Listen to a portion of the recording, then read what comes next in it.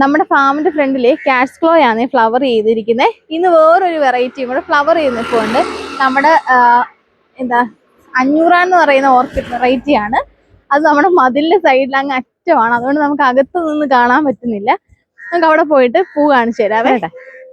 ഈ ആകാശം മുട്ട നിൽക്കുവോ, അത് കാരണം എനിക്കിത് ക്ലോസ് ചെയ്ത് കാണിക്കാനൊന്നും പറ്റുന്നില്ല.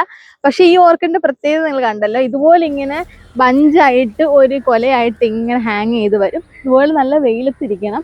ഈ പ്ലാന്റ് നോക്കിയാൽ സൺലൈറ്റിന് വേണ്ടി ഇങ്ങനെ ചരിഞ്ഞ് പോയി കിടക്കുവാണ്. നമ്മുടെ കൺട്രോളിലല്ല പ്ലാന്റ്, അതിനെ അതിന്റെ വഴിക്ക് വിട്ടേക്കുക.